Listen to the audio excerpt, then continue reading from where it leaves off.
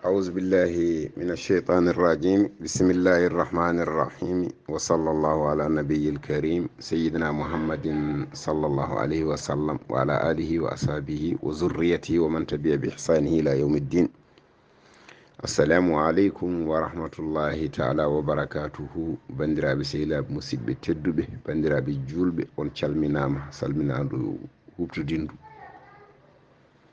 Yo Allah waɗanen moƴƴere aduna ila akhara. En garti humnude aadi mo gadodiriɗen e julɓe ɓe so haalde ko fati en nafilaji men lewru korka e tugnade deftere wiyetende awnul ulama issalihina, ballal anduɓe moƴƴuɓe. E ko kalten ko noon tawete ko tongode temedere e ɗiɗi. hande noon ko ene ñalli nogas ene jufi nogas e goo.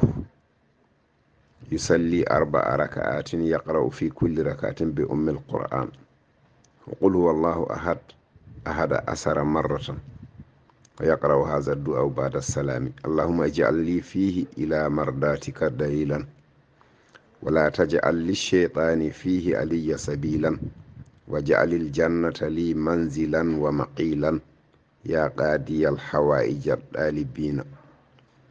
mbiɗen ko ene ñalli nogas ene jufi nogas e goo, ene juule darɗe 4, darɗe ɗiɗi fof salmine, darde fof ene jange fatiha lawol gotol, qul huwallahu ahad laabi 12. sa gayni janga oɗo duwaw mo kalden ɗo o so tawi aɗa wawi, sa wawa janga duwaw kala mo mbawɗa. ɗum noon yo Allah waɗanen moƴƴere aduna e lahara. yo Allah jaɓanen golle men moƴƴe ɗe, o yaafo en ko perguitne ko taatiɗen ko. allahumma salli ala rasulullahi. woko musidɗo mon Ibrahima Saydou Kane. assalamu aleykum wa rahmatullahi wa barakatuhu. allahumma salli ala rasulillah.